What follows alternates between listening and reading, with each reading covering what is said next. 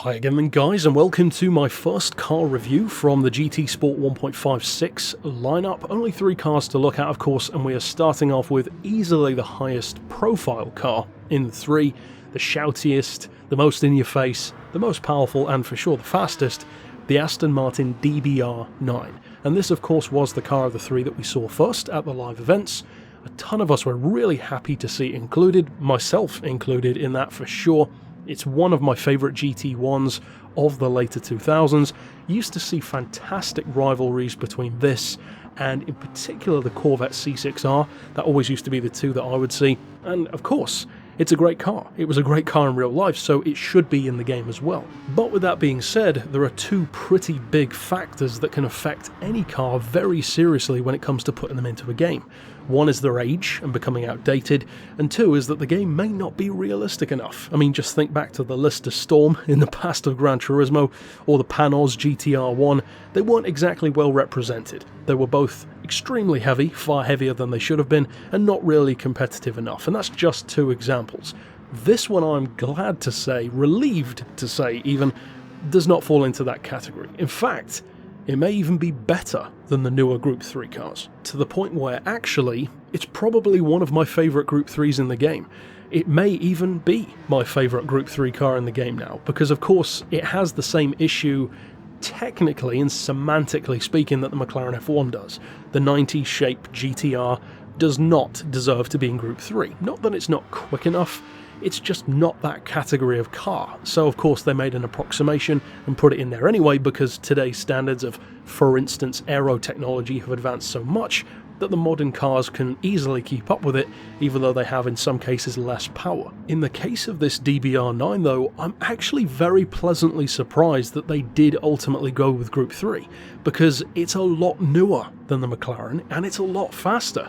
In fact, this might be one of the quickest cars in the category. Now, I haven't officially tested it against the other Aston that we already have, of course the Vantage, but it would not surprise me, let's just say, if this one was quicker. It's almost certainly quicker on the straights. Through the corners though, the car does not let you down. You think of racing as, of course, all being about the aero when it comes to cornering, and in real life that tends to be true. In the game though, they give the car a lot of respect. This thing is fantastic through corners. And if you've got this nagging feeling that we're too far into the review for it to still be this positive, especially after my thoughts about the update as a whole, well, you don't need to worry. There's no but coming, there's no downsides, there's no bad thing about this particular car. It's great. I'm really happy with this Aston. It looks the part, it sounds the part, the handling is great, it's smooth, surprisingly forgiving. Of course you can step the tail out. I mean, it's a 600 horsepower V12 with nearly 500 pound-feet of torque. Of course it's going to step its tail out. This one that I'm driving isn't even tuned. No downforce changes, no power, no weight, still on hard tyres, no traction control. It handles like a dream. In fact, it almost feels borderline OP, which, to get back to my point earlier on, is why I'm so happy that they included it in Group 3 still, because it feels much more so than the McLaren did like a car that would be borderline Group X, because it might be a little bit too good for this category really. Now, whether or not the car will see a ton of use in Sport Mode and FIA events, well, Sport Mode of course you've got more choice. FIA, well, I'd say don't expect to be seeing this car pop up that much, because of course they're trying to keep it very rule-oriented, balance of performance, keeping it fair, and that's fair enough. That's the point of racing, of course. That's why the classes and categories change over time, as do the rules and specs within them. So to have this in the FIA events against the normal Vantage and the Corvettes and the Vipers, it wouldn't really be fair, which of course is the primary reason why they showcase the car as a one-make event. That makes all the sense in the world. So as far as my thoughts on this Aston, it's a very simple review. In fact, it's one of those reviews that sort of just writes itself. It's a great car. I'm happy with it in every sense. I'm actually surprised by how good it is. Usually a car that's this awesome and this iconic would easily disappoint people. I mean, if you think back to even the Ford GT, which might be the single most significant new addition that I predicted for the game, there are quite a few people that were still a little bit underwhelmed by it. Not that it was bad, but that they thought maybe it's a bit too heavy through corners or the brakes aren't quite powerful enough. Stuff which is legitimate because it's a road car after all. This one, I don't really see how anyone could be disappointed with it. It's great. And as a fan of Aston, I'm very happy to be able to say that. In fact, speaking to that on a more global scale as far as the game goes, one of my favourite things about GT Sport, to kind of counter some of the negative points that I often make about the game, is actually how much attention and respect they've paid to Aston Martin in this instalment. I would argue, strongly in fact, that GT Sport has the best lineup of Astons of any of the Gran Turismo games.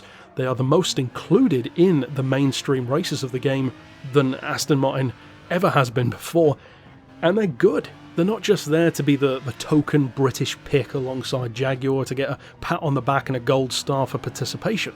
They're good cars. They can genuinely win. People like to use them, and just like something gorgeous from Italy or wherever, they are the pretty face and the great competition rolled up into one package, like Maserati can do, like Ferrari can do, and that's great to see because Aston Martin has a legacy for a reason, so to treat them with the respect that they deserve is nice. I think that's pretty cool that they've done that, and it's not just with this one. The reason why I say that includes how heavily featured the Vantage is in the FIA events as one of the main teams.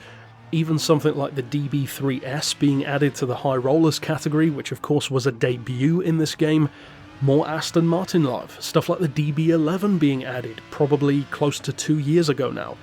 They've added more cars. More cars that are not just returning faces, they are new Astons that have never been featured before. That is very cool to see. I like that amount of love, I love the amount of respect that they're given, and I like the fact that finally in the franchise, they're more than just pretty looking collector's pieces. In the past of the franchise, let's be honest, the only Aston that was really worth buying in Gran Turismo 6, if not 5 as well, was pretty much the 177. And apart from that, the others were just fine. They were okay, you could win with them, but they certainly weren't essential purchases, especially for the 6-figure price tags. Now though, because of the fact that of course Group 4 and Group 3 has equalised pricing, the fact that something like a 1000 horsepower 177 is much more competitive in this game against stuff like Veyrons and LaFerraris, it makes them feel genuinely more included and more useful, and if anything more competitive as well. Because again, if you think back to the past of the franchise, even as recently as GT6, how many Aston Martin race cars were there in the game? Well, if my memory serves me correctly, the number is 0. So, what a turnaround in this game compared to that. We've got high rollers, we've got classics in the form of that high roller, we've got a GT3, a GT1. It's very cool to see, and Aston isn't even my favourite brand, but I do have a lot of love for them, and for those of us who do appreciate the brand, it's very cool to see them getting that level of love. And although, of course, there are always more cars that we could say I'd love to see this and I'd love to see that, I do want to just take a moment to appreciate Polyphony for adding a DBR9. It is a newcomer, a debut to the series, not just to this game, and it's a pretty significant one. Of course it's a decade old, but who really cares? A great car is a great car. I love the DBR9. If you've bought it, tell me your thoughts down below. Were you maybe disappointed with it? I would be surprised if anyone disliked the car, to be honest. But overall, tell me your thoughts either way. Of course, stick around on the channel for more reviews. I will be reviewing both the Fiat and the Nissan tomorrow, and then next week, as I said earlier on today, I will be doing tune setups for all 3 cars as well. But for now, as always, thanks for watching.